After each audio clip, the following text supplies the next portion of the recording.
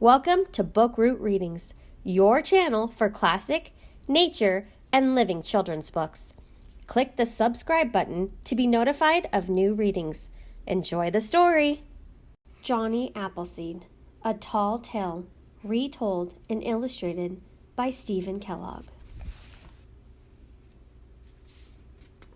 Love to my friends, Lenny, Margaret, and their wonderful family, Lenny and Leah.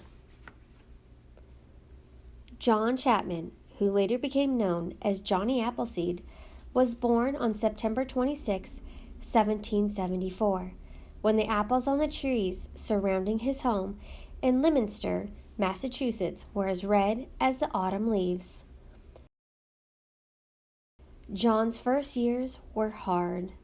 His father left the family to fight in the Revolutionary War, and his mother and his baby brother both died before his second birthday.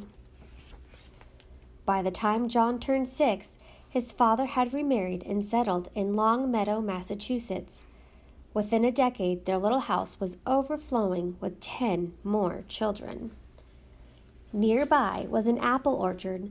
Like most early American families, the Chapmans picked their apples in the fall, stored them in the cellar for winter eating, and used them to make sauces, cider, vinegar, and apple butter.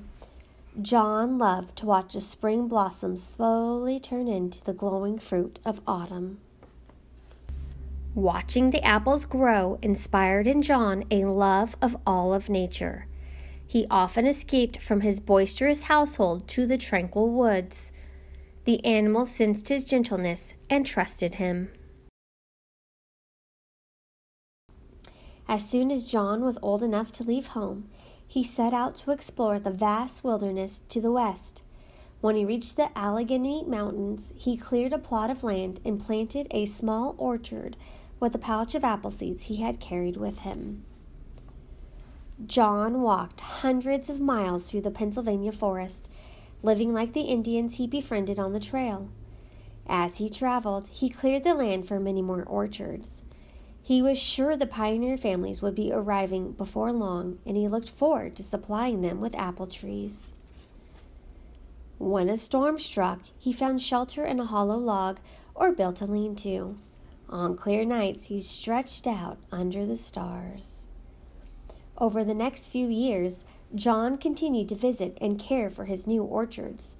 The winter slowed him down, but he survived happily on a diet of butternuts. One spring, he met a band of men who boasted that they could lick their weight in wildcats. They were amazed to hear that John wouldn't hurt an animal and had no use for a gun. They challenged John to compete at wrestling, the favorite frontier sport. He suggested a more practical contest, a tree-chopping match. The woodsman eagerly agreed.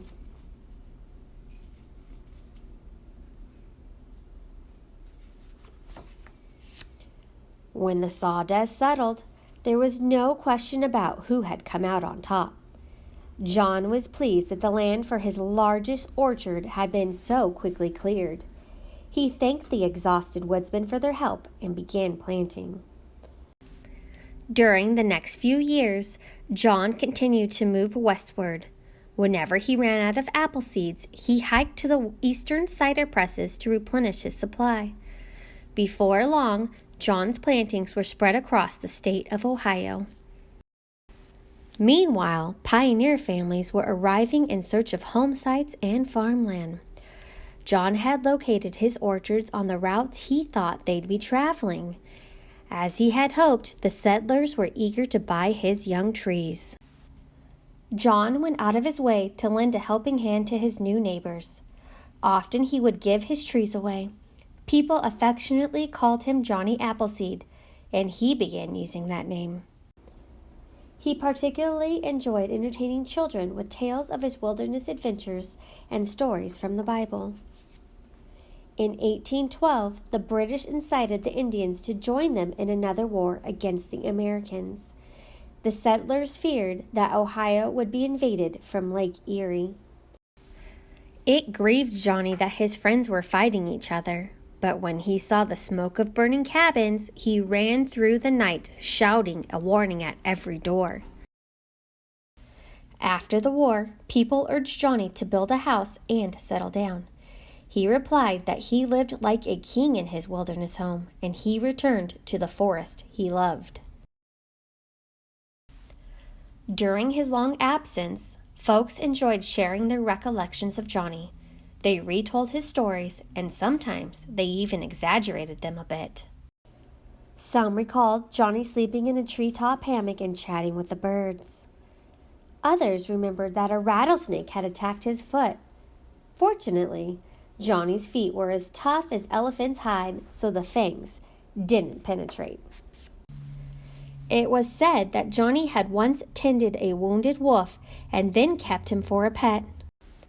An old hunter swore he'd seen Johnny frolicking with the bear family. The storytellers outdid each other with tall tales about his feats of survival in the untamed wilderness.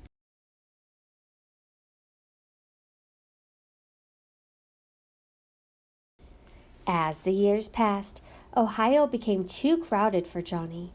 He moved to the wilds of Indiana, where he continued to clear land for his orchards.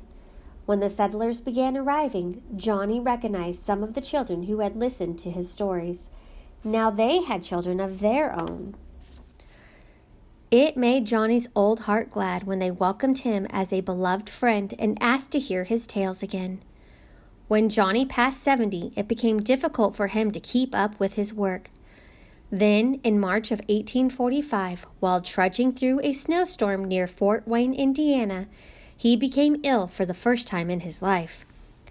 Johnny asked for shelter in a settler's cabin, and a few days later, he died there.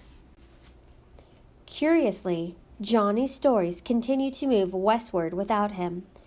Folks maintained that they'd seen him in Illinois, or that he'd greeted them in Missouri, Arkansas, or Texas. Others were certain that he'd planted trees on the slopes of the Rocky Mountains or in California's distant valleys. Even today, people still claim they've seen Johnny Appleseed.